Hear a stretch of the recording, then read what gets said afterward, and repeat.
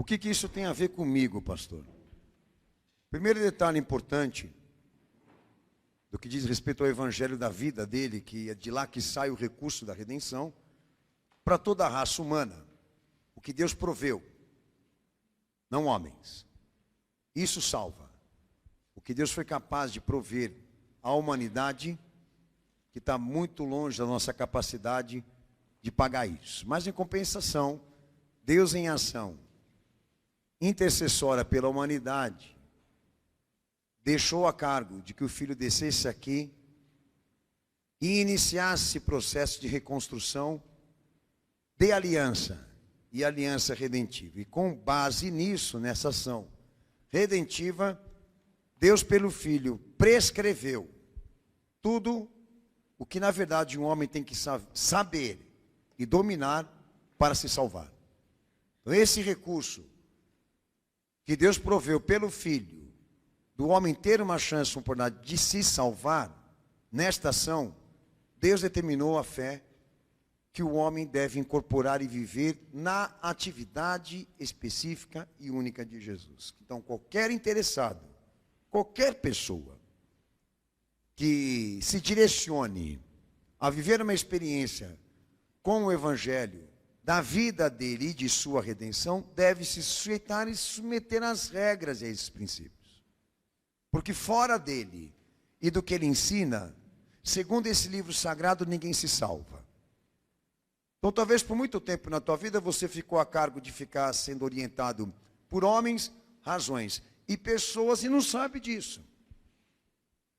Que você perdeu tempo de ficar procurando em alguém como você, quais são essas orientações de fé. Porque nem ele, nem você, nem ninguém aqui, como eu, tem essa autoridade. Para elaborar, para definir qual a verdade. A verdade da parte de Deus que salva. E que pode levar um homem a essa redenção. Porque o Cristo cumpre o papel. Como também fornece todos esses elementos. Eu tenho sido taxativo com todos os irmãos. Que não tem rota de fuga para esse chamado. Porque ali, esses princípios administrativos da redenção desse Deus por Jesus Cristo não estão revelados para serem baixados pelo homem, para serem discutidos. Então a obediência e a originalidade desse evangelho são coisas essenciais para alguém como você, como eu, se salvar.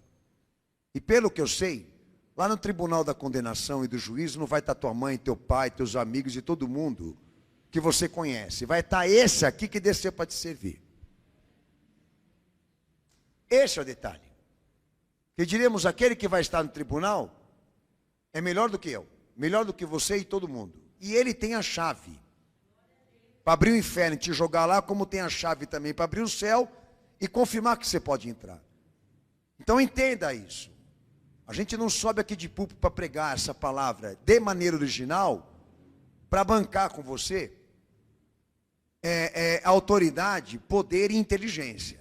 Mas para deixar claro para vocês o que ele quer. E essa é a nossa função aqui. Então, baseando-se nisso, de que a ciência que usamos aqui é a ciência da fé que Deus revelou, a orientação do meu Senhor foi para ser tratado esse assunto hoje aqui, que é a tentação. A tentação que tentou atingi-lo quando ele esteve aqui, Jesus, e posteriormente também a tentação que iniciou-se em Adão e derrubou ele. Então vai ser, alguns pontos importantes vão ser destacados aqui para essa igreja. Por quê?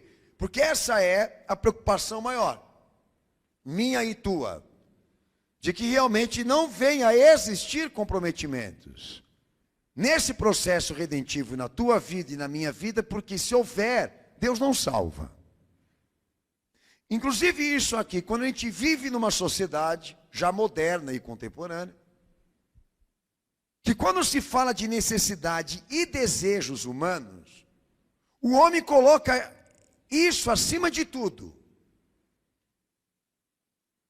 A sociedade nunca teve tão materialista. E uma coisa que está muito evidente lá fora, que por causa da necessidade, do desejo de realizar-se ou conseguir objetivos pessoais, os homens estão sendo capazes não é só de vender a fé em Deus, não, a consciência também. Então, o propósito aqui dentro desse tema é destacar exatamente esse tipo de gente, que coloca a necessidade e os desejos pessoais, e mesmo que sejam legítimos esses desejos e essas necessidades, eles procuram satisfazer isso sacrificando a vontade de Deus. Então, mesmo que sejam legítimos, a necessidade daquele momento, daquela circunstância, o desejo daquela pessoa, naquele momento, ela deve sacrificar a vontade de Deus na vida dela para ela poder realizá-los. Porque o evangelho que Jesus revelou de si mesmo, o que ele cumpriu para essa igreja cumprir, essa perspectiva não tinha lá, senhores. Então esse é o detalhe. Eu não sei com que base e fundamento você vai escrever uma ideia de uma fé que te permita colocar a tua vida e o que você quer acima da vontade de Deus. Ou que para alcançar o que você quer, você tem que baixar um decreto de que Deus realmente não cumpre a vontade dele. Como forma? De que ele prove que ele te ama. Então nós estamos vivendo tempos deploráveis, onde as pessoas, para poderem realmente ter o descanso e a paz da alma, se refugiam e buscam recursos dentro de uma filosofia que a gente já conhece qual é a sua ciência. Mas em compensação, eu queria começar a construir essa perspectiva que é essa igreja, sobre, na verdade, o que fala da tentação na perspectiva humana, ou seja, a tentação no homem. A tentação na experiência do homem, a incitação ao pecado, tá?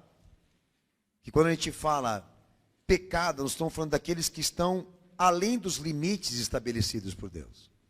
Porque pecado é transgressão da lei de Deus. É o homem transgredindo isso, os limites que Deus estabeleceu. Então, quando a tentação chega, a incitação ao pecado chega para nós, o objetivo almejado por essa tentação é alienar espiritualmente o homem de Deus, como também escravizá-lo do mal moral. Então nós não estamos falando aqui de uma preocupação que envolve ética e moral, que é tema também da filosofia. Não, a preocupação é muito mais extensa e profunda. É o homem que cai na presença de Deus. É o homem que cai da presença de Deus e se compromete com a sua relação, com a relação dele com Deus. Então o objetivo da tentação, e isso iniciou-se em Adão, é separar esse homem da presença de Deus, é quebrar a aliança dele com Deus, o alienando, como também o escravizando do mal moral. Aí vão textos aqui, Mateus 4:3, que é um texto que nós lemos, 1 Tessalonicenses 3:5, 1 João 2:16, 2 Coríntios 11:14, 1 João 2:16, 1 Coríntios 10:12, para aqueles que vão assistir a reprise depois, revisar. Mas o que está definido no texto que eu li de Tiago? Que a fonte da tentação é o diabo. Quem tenta é o diabo, Deus não tenta ninguém. Tá? A fonte da tentação, desta incitação, dessa persuasão, desse engano, dessa mentira, a fonte dela é o inimigo, é o diabo. Por que Deus não tenta, pastor? Porque Deus não mente, Ele não ilude, Ele não influencia, Ele chama. E vem quem crê, vem quem quer, vem quem crê. Então já, toda a tentação, ela provém do maligno, e toda a tentação tem o mesmo objetivo a ser alcançado. Então a preocupação minha e tua é rejeitar exatamente aquilo que nos fará estarmos alienados de Deus, como também corrompidos na presença dele, porque com esse comprometimento e alienação, a graça e a misericórdia dele não chega para nós. Então se há uma preocupação da fé em te santificar, em me santificar já no Evangelho de Cristo, é para que a dispensação do reino dele e da sua graça chegue até a você. Porque nada da parte desse Deus e dessa redenção prospera aonde tem pecado. Aonde está o pecado, aonde está a transgressão do homem, relativo aos limites de Deus e a sua lei, lá a graça e a misericórdia de Deus não entra. Então, se alguém discorda aqui, é muito simples: lê essa Bíblia e fundamenta para mim, e você não vai conseguir. O salário do pecado é a morte, e o dom gratuito de Deus é a vida eterna que está em Cristo Jesus. Romanos 6, 20. Então está muito mais do que evidente, claro e trabalhado por Jesus, que na sua ação, na sua atividade messiânica e redentiva, ele veio para quebrar exatamente esta alienação, esta escravidão moral e imoral, para estabelecer o homem com Deus, porque essa quebra e essa ruptura já existia para toda a raça. Por isso messiânica, por isso redentiva.